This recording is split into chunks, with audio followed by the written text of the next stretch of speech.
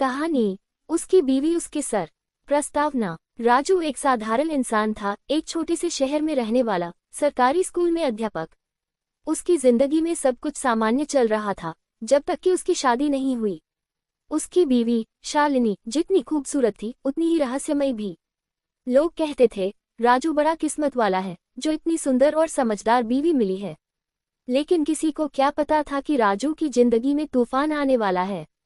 शादी के बाद की जिंदगी। शादी के पहले कुछ महीने बहुत अच्छे बीते।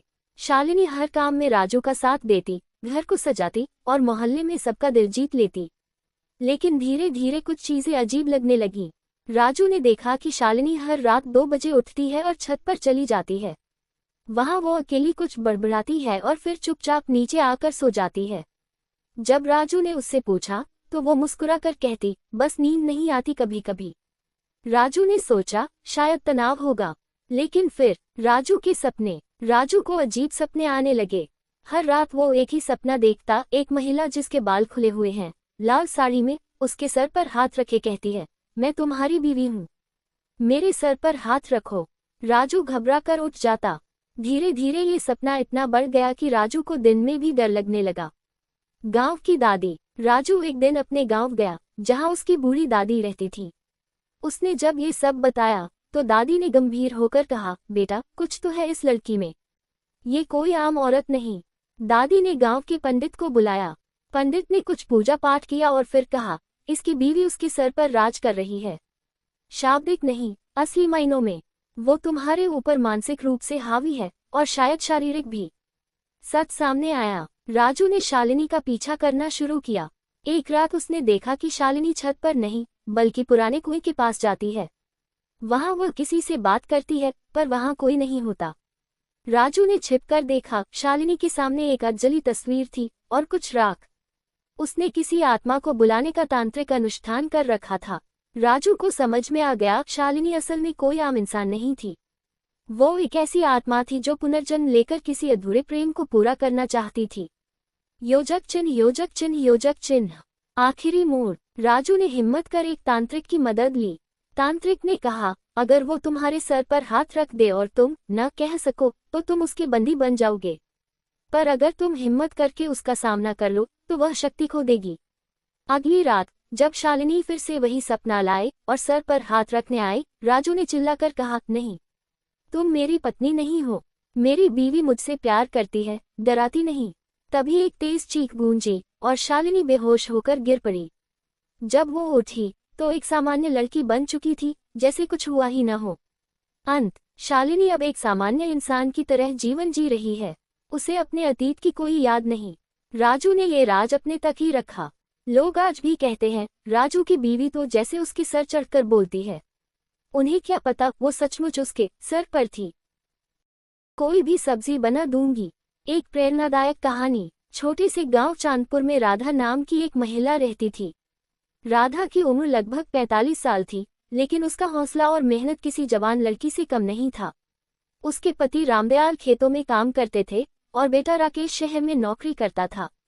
राधा पढ़ी लिखी नहीं थी, लेकिन उसे एक चीज बहुत अच्छी तरह आती थी, खाना बनाना। और सिर्फ अच्छा खाना ही नहीं, वह किसी भी सब्जी से कुछ भी लाजवाब बना सकती थी। लोग मजाक में कहते, राधा भाभी, अगर पत्थर दे दे तो उससे भी स्वादिष्ट सब्जी बना देंगी। और राधा मुस्कुराकर कहती, क्यों नहीं, थोड़ी सी मेहनत और थोड़ा सा प्यार डाल दो, फिर देखो जादू।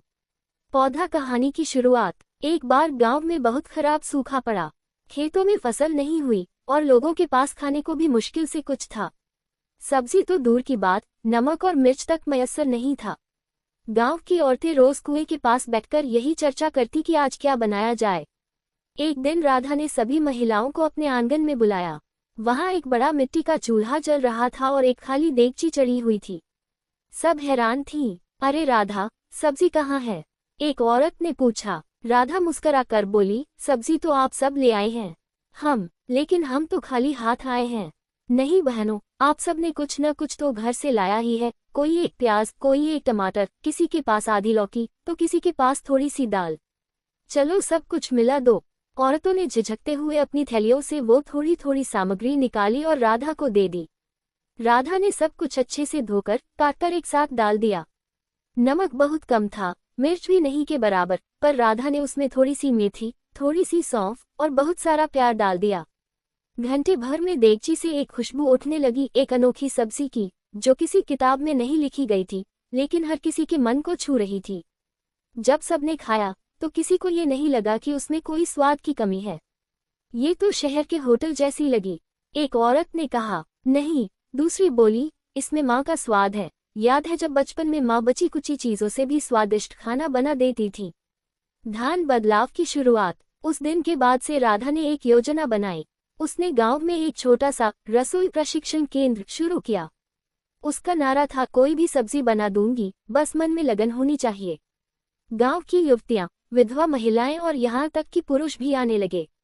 राधा सिखाती थी कि कैसे कम चीजों से भी अच्छा खाना बनाया जा सकता है, कैसे बर्बाद होने वाली सब्जियां भी काम आ सकती हैं, कैसे रोटी के साथ कोई भी चटनी बनाई जा सकती है। धीरे धीरे उसकी प्रसिद्धि बढ़ती गई। आसपास के गांवों से भी लोग आने लगे। एक दिन शहर से एक टीवी चैनल का पत्रकार आया। उसने राधा का इंटरव्यू लिया और कार्यक्रम में उसका नारा बना, ग्रेटर देन कोई भी सब्जी बना दूंगी। ये सिर्फ राधा का वादा नहीं, उसका विश्वास है।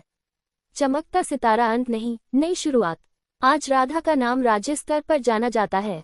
उसकी बनाई ग्रामीण रसोई तकनीक को सरकार ने भी सराहा। पर राधा अब भी कहती है, मैं कोई बड़ी शेफ नहीं हूँ, मैं तो बस वो औरत हूँ जिसने मुश्किल में भी हार नहीं मानी और जो हर सब्जी को प्यार से पकाना जानती है। सीख, कभी भी संसाधनों की कमी को अपनी कमजोरी मत बनाओ। यदि मन में हिम्मत, हाथ में हुनर और दिल में प्यार हो तो कोई भी सब्जी बनाई जा सकती है और कोई भी मुश्किल आसान लगने लगती है।